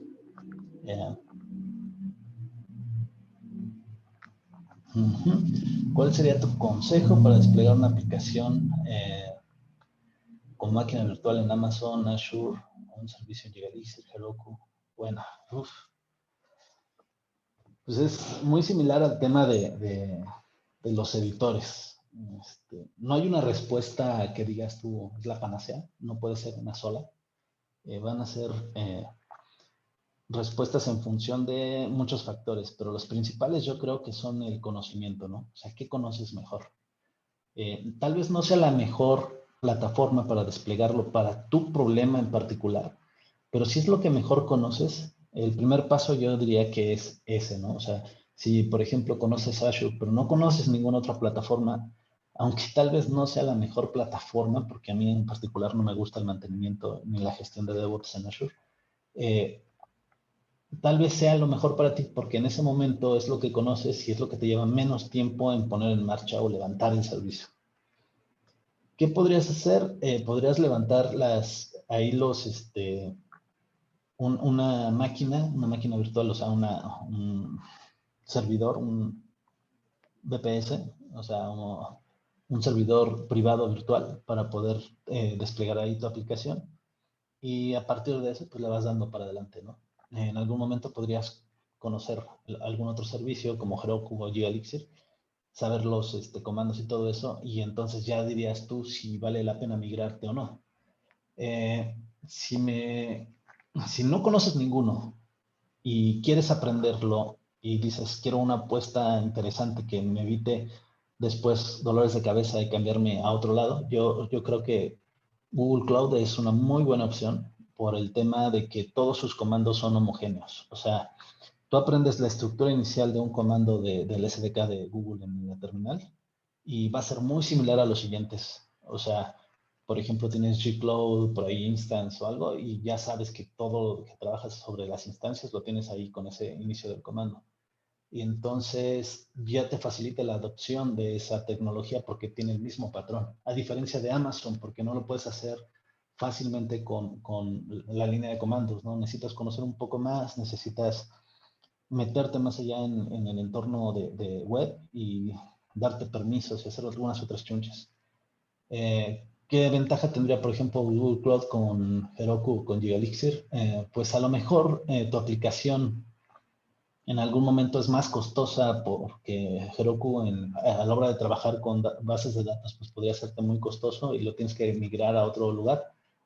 Entonces ahí pues ya tendrías que pensar en algo, ¿no? Igual GeoElixir parece muy bueno, es una buena opción. Me parece que es bastante buena para poder aprender con ella. Yo creo que también ahí es una buena herramienta para iniciarse, pero no sé qué tanto valdría para poder competir ya cuando tienes una empresa y quieres levantar tus servicios y entonces expandirte y esos servicios necesitan escalar, ¿no? En esa parte no te sé decir honestamente, pero para aprender definitivamente es muy, muy bueno. Ahora, ¿hay algún tipo de cuidado especial con respecto a las migraciones cuando haces un release? Sí. Sí hay que tener cierto cuidado, pero más que nada son prácticas, ¿no? Mejores prácticas. Si eres tú solo desarrollando, igual y te vale un sorbete y lo puedes hacer como tú quieras. Pero cuando tienes un equipo de desarrollo, una de las cosas en las migraciones que debes de contemplar es, uno, todo debe de ir con su up y down, o sea, tienes que poder ejecutar la migración y la debes de poder deshacer, o sea, hacer un rollback con tu mismo script, con esa misma migración. A veces por las prisas o porque te da flojera o porque eres novato, nada más pones el up o pones change, que es el que es la función que da soporte para incorporar la migración y el rollback de la migración automáticamente porque se lo delegas al framework, ¿no? A Ecto. En este caso, no soy muy fan de eso, a menos que lo pruebes, o sea, que pruebes el up y el down en tu local para saber que está funcionando. Y en ese caso, no creo que sea muy bueno que sea todo el tiempo, porque hay ocasiones en las que necesitas hacer el rollback manualmente. Entonces, si trabajas en un equipo, lo mejor sería que se estableciera la convención de tener un up y down para facilitar ese tipo de pruebas, ¿no? Y saber qué se está haciendo, porque a veces, si yo lo desarrollo, mi compañero que está trabajando conmigo no lo está, no sabe lo que tiene que hacer esa migración, entonces no sabe cómo validarlo. Si yo lo pongo en diferentes scripts y lo pongo en diferentes funciones, ahora sí va a saber exactamente en dónde está fallando y puede corregirlo si es que tiene la capacidad de eso, o me lo puede pedir a mí para que yo lo corrija y lo suba, ¿no? Entonces, esa es una buena práctica a nivel de migraciones. Otra cosa que yo sugiero siempre es que si tienes más de una acción en una migración, como por ejemplo, necesitas crear una tabla y después necesitas crear un índice y después necesitas crear una relación con otra tabla, yo creo que vale la pena tenerlos por separado. Entonces ahí haría 3 migraciones. ¿Por qué? Porque cuando yo le dé up y luego le haga un rollback y quiera saber en dónde me está fallando, porque podría fallarme en el tercero, o en el primero, o en el segundo, no lo sé, pues voy a saberlo porque están separados. No lo sabría si estuvieran en un solo script. ¿Qué otra cosa? Si fuera a nivel de datos, todas las migraciones de datos las pongo yo en otros archivos, diferentes a los seeds. O sea, los seeds son para inicializar tu aplicación, pero los datos que se cargan en la base de datos porque estás desarrollando y ahora necesitas meter un catálogo, y ese catálogo depende de la información que actualmente tenemos en producción. Y además de eso, tienes que migrar los datos a otra tabla, pues yo lo que hago es tener otro repositorio, o sea, otro subdirectorio en el lado de migraciones y ejecutarlo manualmente o ejecutarlo con un script que nos apunte a ese directorio, ¿sí? Es como otra práctica por ahí.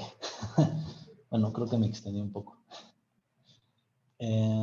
¿Podrías pasarnos la liga para aprender las convenciones para hacer las configuraciones para cada ambiente, para el release? A ver. Sí, no la tengo ahorita. Lo puedo pasar a Daniel, pero otra cosa que podrías hacer es que si tú buscas Mix Release, creo que por ahí en la ayuda de... Sí, en la ayuda de Elixir debería de estar de los primeros enlaces porque es la documentación oficial. Viene en inglés, pero es bastante buena.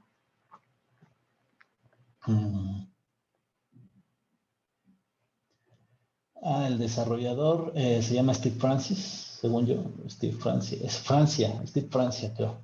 Él desarrolló el framework Hugo de Go para crear sitios estáticos. Entonces, es muy bueno.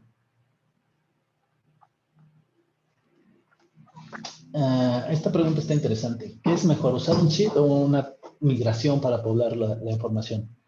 Yo utilizo los dos. Utilizo los dos porque SID, siempre que llega un nuevo desarrollador al equipo, te facilita el script levantarlo todo porque tú pones dentro de tus alias en el setup del mix, o sea, en el archivo mix existe una sección de alias que te facilita el poder agrupar comandos para levantar tu entorno. Entonces, no necesitas ningún otro documento, no necesitarías ningún otro archivo o script de ejecución para levantar tu entorno. Simplemente sigues la convención del Elixir que es le das mix.setup y ya internamente la base de datos sabe qué hacer, ¿no? O sea, sabe el script que tiene que crear la base de datos, que tiene que poblarla con el SID, ¿no? Que tiene que darle ciertos permisos y todo lo que tú quieras, porque pues esa es la convención en el lenguaje, en las herramientas que tenemos. Entonces, yo lo pondría ahí el SID. Y el SID tiene que ver con todos los catálogos. O sea, los catálogos son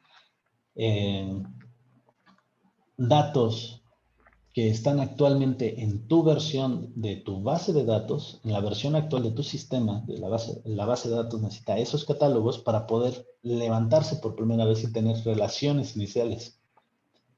También puede ser útil cuando lo haces o sea, pensando en eso, lo haces bien a la hora de generar tus pruebas, no necesitas alimentar manualmente las pruebas para poder validar los datos de los catálogos, porque ya existen.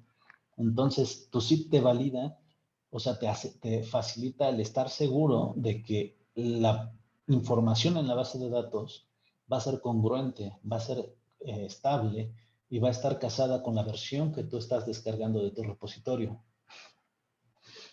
Por otro lado, cuando estás en desarrollo, cuando no es una versión estable y estás en tu rama de desarrollo, desarrollando una nueva funcionalidad, esta funcionalidad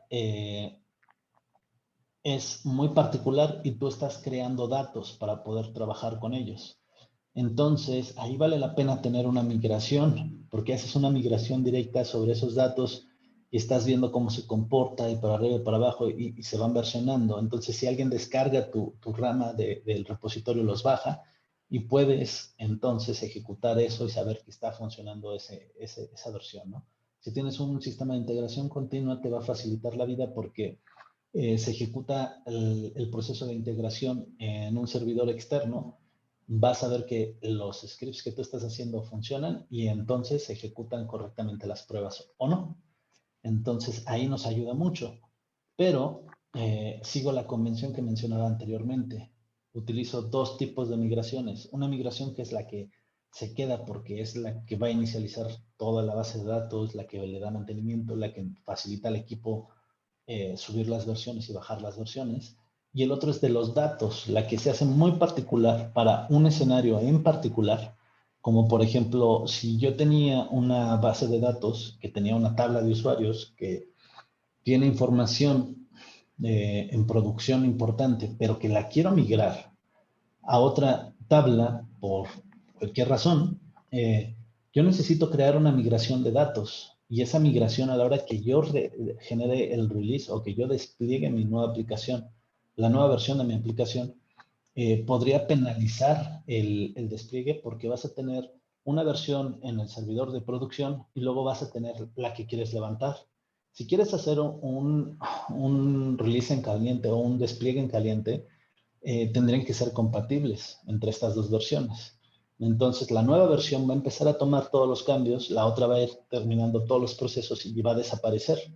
Si en la nueva versión tú tienes aquí atada una migración que tiene que hacer movimientos de una tabla a otra tabla, se va a tardar mucho, porque son datos importantes, no los quieres perder y quieres tener la fiabilidad de que está funcionando. Entonces, ahí no puedes bloquear el release y tendrías que hacerlo manual. ¿Qué quiere decir esto? Que la nueva versión va a salir con todos los cambios sin migrar los datos, y en algún momento cuando termine tú podrías generar un script que cuando diga esto ya está arriba, lanzo ahora la migración, el otro tipo de migración que es de datos, y nos facilita el migrar la información de los usuarios a una nueva tabla. Y no importa que se tarde, al final tienes la información en ambas tablas. Y si llega un nuevo usuario, el nuevo servicio o la nueva versión de tu aplicación es la que va a responder. Por lo tanto, no va a fallar porque vas a tener la petición y la base de datos actualizada, ¿sí? Entonces, ahí nos facilita el tener una migración de datos, no de definición de la estructura de tus tablas. Espero haber respondido a tu pregunta, Francisco.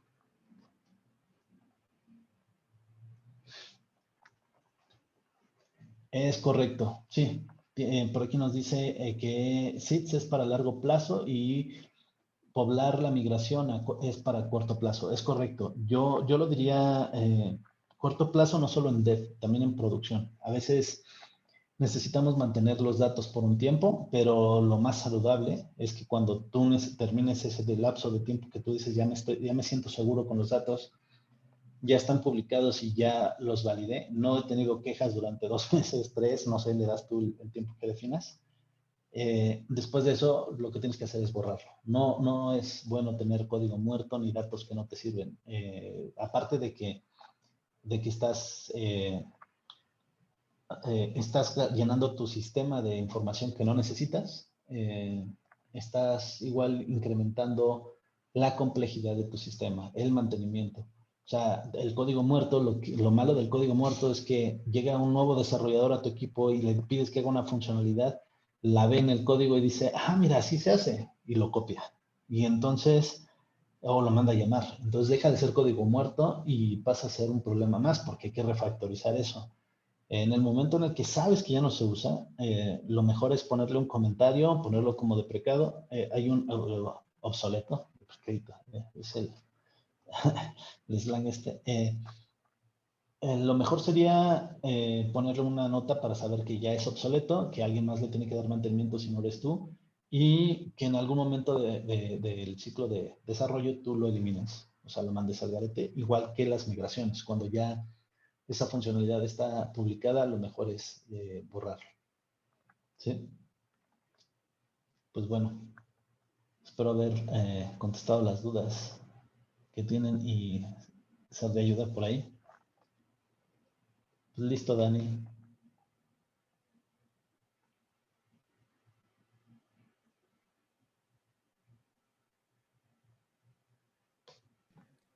Perfecto. Pues muchas gracias, Iván, por tu charla del día de hoy. Te agradecemos mucho el tiempo y todo y tu experiencia compartida.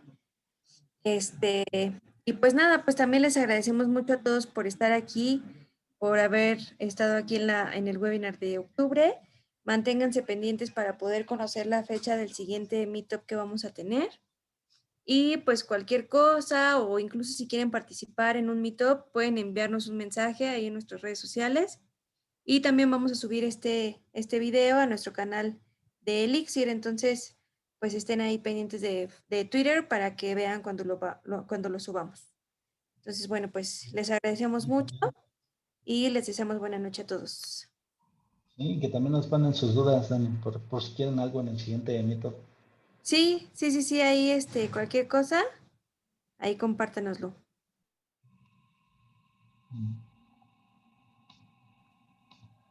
Perfecto, pues les agradecemos mucho de nuevo y que pasen muy buena noche. Gracias por acompañarnos. Hasta luego.